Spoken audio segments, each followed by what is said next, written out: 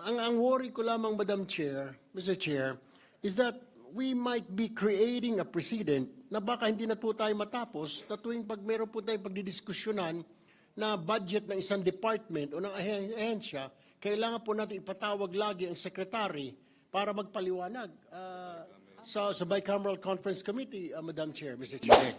And therefore, we are saying that let us listen. We will not agree, we may agree, but the point is that transparency requires that we hear the executive. After all, it's the executive that will implement what we will pass. And if the executive says that these are the things that they have to consider, and since they are the ones implementing, Congress does not implement projects. And that is the basis. We did not, and the chair did not, put down the cost unilaterally, arbitrarily. It is data-driven. All the facts, many more, came from the Department of Public Works and Highways. Ngayon, sabi niya na re-review na raw nila yung initial proposal, nagtanggal sila ng 55.53 billion worth of duplicate or complicated projects or completed overlapping projects. Ako po, personally, nag-complain doon kay Secretary Bersamin nung nandoon siya sa amin sa House. Habang nalulunod ang buong bansa sa flood control, kung maaari, tanggalin mo muna itong 255 billion na ito. Kasi kung hindi namin tatalakayin yung budget ng executive, ibalik muna namin sa inyo. From what I read in the statement of Sec Vince that Senwin just read now, is that there is let me just quote that part. If such process is not followed, this will inevitably result in the potential unimplementability of projects due to inaccurate costing. So I think the concern of Secretary Vince is how the adjustment factor that was shared was applied in the projects. Ang posibleng mangyari, kung ganun kalaki sa kasalukuyan, o hindi ganun kalaki, kung ganun yung application sa iba't ibang mga proyekto, na ginawa yung across the board na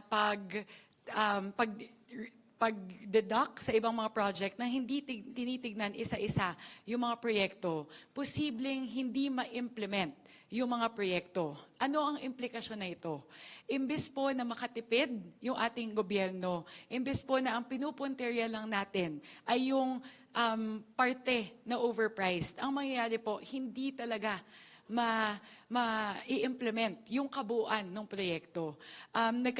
Humingi po ako ng paunang data mula po sa DPWH, and I will let Sec Vince explain the point later. But you are looking at potentially 200 billion pesos in unimplementable projects.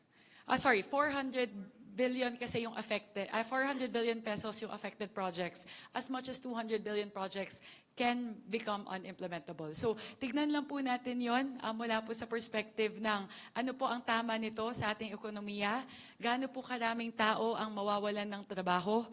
Siguro po, nagbigay naman po rin ng assurance si Secretary Vince na i-implement po itong reduction sa presyo. Babawasan po talaga yung presyo, pero ang kahilingan lang po ng DPWH ay kung pwede po, bigyan po sila ng pagkakataon na i-apply itong CMPD reduction sa bawat proyekto.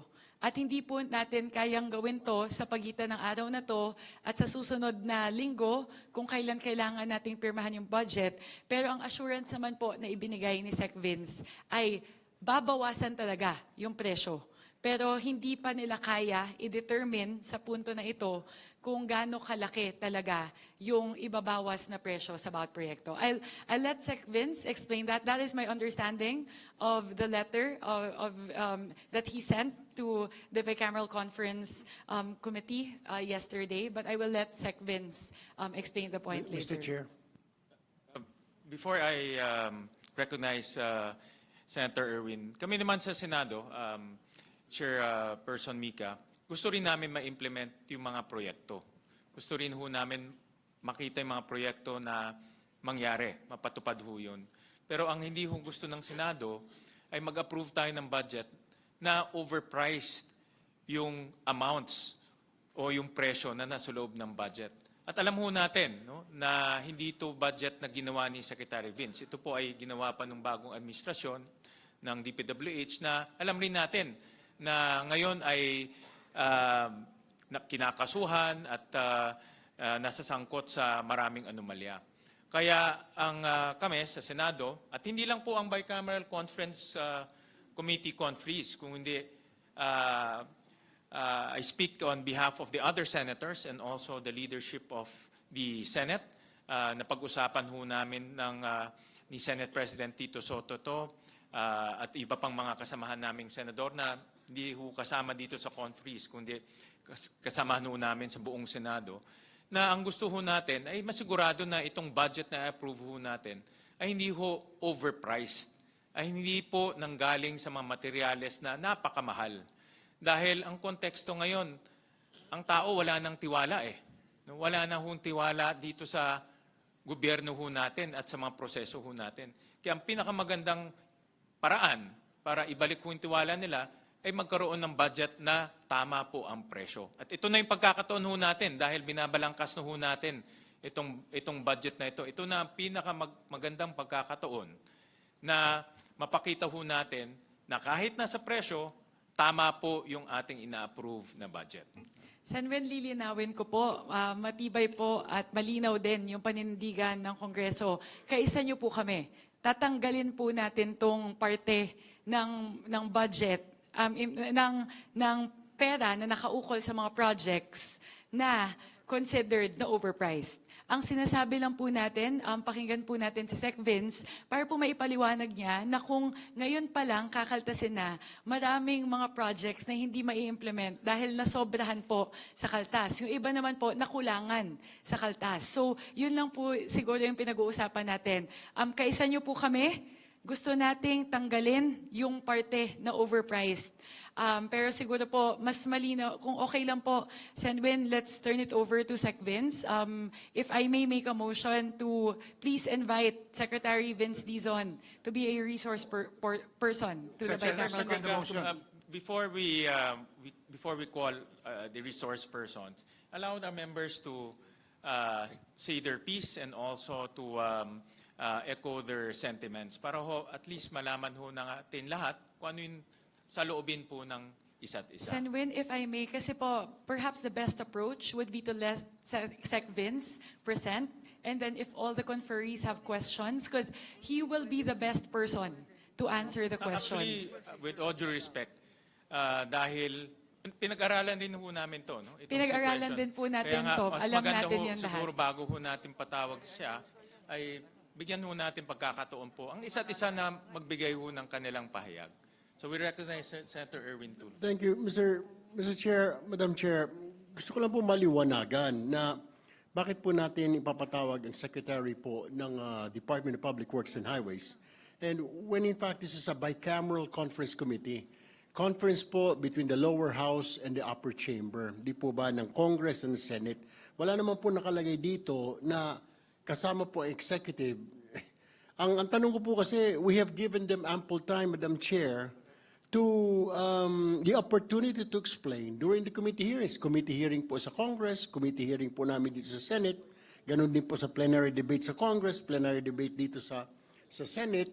Ang worry ko lamang, Madam Chair, Mr. Chair, is that we might be creating a precedent na baka hindi na po tayo matapos na tuwing pag meron po tayong pagdidiskusyonan na budget ng isang department o ng ahensya, kailangan po natin ipatawag lagi ang secretary para magpaliwanag sa Bicameral Conference Committee, Madam Chair, Mr. Chair. Senwin, I'll defer to Representative Rufus Yeah, Rodriguez Sir Chairman. to respond. This is a plenary conference committee. And any committee in Congress, whether it is in the House or in the Senate, has the power to be able to have resource persons to explain things that may not be very clear to everyone. And so we have the power to invite, and precisely there is now an issue on the price index. And therefore, we are saying that let us listen. We will not agree, we may agree, But the point is that transparency requires that we hear the executive. After all, it's the executive that will implement what we will pass. And if the executive says that these are the things that they have to consider, and since they are the ones implementing, Congress does not implement projects. So that is why we are requesting just to hear. We are not going to say that we're going to agree to the letter or the recommendation, but let us hear the real resource person, the agency lodged with the public works and highways of this country. Thank you, Mr. Chairman. Before I address that issue, allow me to recognize. No. It's important that we put things in the proper perspective. Hindi po Senado ang nagtakda ng presyo. Lahat po ng nakalap naming impormasyon ay ayon sa Department of Public Works and Highways. That's very clear. We did not measure roads. We did not weigh sand and gravel. Hiniling po namin, ayon sa aming mga hearing at plenary session, ang impormasyon sa Department of Public Works and Highways. Example, tayo po ay nagsisiyasat ng CMPD. Siguro, kalahati sa kwartong to, o baka iiba, hindi alam yung CMPD. That's the cost materials price data. Para malaman natin, magkano ba ang asfalto, ang hot mix per metric ton? Sa previous cost, yung nakaraang cost, dahil sinabi sa mga Blue Ribbon hearing, sinabi sa maraming mga hearing, galing na rin sa executive, hindi sa Senado. 13,863.85. Ito po ay galing sa DPWH. Tapos, nagsumite ang executive, ang DPWH, sa chair. Pati kay Senator Lacson, na Blue Ribbon chair. Updated cost, 6,961.32. I-add po nyo yan, ay kalahati. Isa lang po yung asphalt mix. Steel sheet pile, U-type per kilogram, 62.07. Cost dati. Pag sinabing cost dati, yun daw ang ginagamit ng DPWH dati. Pero yung updated cost, ayon din sa DPWH ngayon, 39.89. Di halos kalahati, 2/3. Marami pa po, hindi naman tayo magko-construct ng bagong PICC. I just put that on record so that it's in historical knowledge and in history, hindi po Senado ang nagtalaga ng presyo ng sand and gravel at ng semento. Ito po ay galing sa DPWH. So, in all fairness to the chair and to the leadership of the Senate whom we met today, Senate President Soto advised us to speak for and in behalf of the Senate leadership that we, based on our knowledge, and that is our job as national officials to get information from the executive. Hindi naman po kami nagising at sabi namin gusto namin, ibaba ang presyo. Siyempre gusto natin. But this is data-driven. It's based on science. And it came from the agency of government. And so they submitted that to us, and therefore, they computed. We are willing to listen, of course. We are reasonable people. That's why we serve the people. But let it be very clear, the senators did not invent the numbers. These are from the Department of Public Works and Highways, the previous administration, and the new incumbent administration.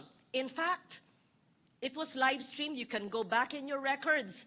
No less than Secretary Vince Dizon said to the chair, ibaba nga nyo, tanggalin yung mga proyektong to mula sa 800 plus na flood control, naging 625, pwede pa nyong ibaba. Sige, kasi hindi pa namin kayang masukat lahat dahil bago lang ako ilang buwan. So ibaba nyo. And that is the basis. We did not, and the chair did not, put down the cost unilaterally, arbitrarily. It is data-driven. All the facts, many more, came from the Department of Public Works and Highways. Having said that, I am certain that our colleagues in the House of Representatives want a budget reflective of what is due to the people. If it's a farm-to-market road, we don't want it overpriced. If indeed it's 10 million per kilometer, it should be such. If it's 15 million, kung tumaas na ang presyo. Kung magkano ang graba, ayaw natin ng doble ang presyo. Kasi ang ginagastos natin, pero ng taong bayan. Diba? Pag nagtatayo tayo ng bahay kubo, alam natin magkano ba ang kogon, magkano ba ang kawayan, magkano ang konti ng semento. So, I am just clarifying all that, lest it be misconstrued that the Senate invented the numbers just to bring down the cost. Yes, we all want a lower cost, but these were inputs submitted to the Senate by the Department of Public Works and Highways. And I speak like this in behalf of the Senate leadership because we had a caucus 2 hours earlier. I appreciate the patience of our colleagues in the House of Representatives. Thank you. We recognize Senator Amy. Thank you very much, Mr. Chair and Madam Chair. Following on to Senator Legarda's statement, let us first clarify that there has been ample time.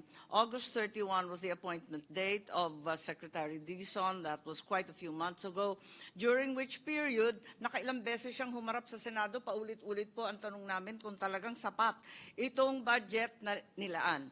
I quote verbatim, September 18, the Department of Public Works and Highways slashes 255 billion worth of locally funded flood control projects from the 2026 budget. And may I quote verbatim, we are revising the agency's budget. Nanggaling sa kanila po. We have removed complicated projects, overlapping projects that are still receiving funding or that have been allocated funding for 2026. Verbatim po, siya nagsabi niyan. Hindi kami nag-imbento niyan. Ngayon, sabi niya, na re-review na raw nila yung initial proposal, nagtanggal sila ng 55.53 billion worth of duplicate or complicated projects or completed overlapping projects. Ang ibig ba sabihin, i-restore yung mga duplicated, completed, and overlapping projects? Doon ako nagtataka.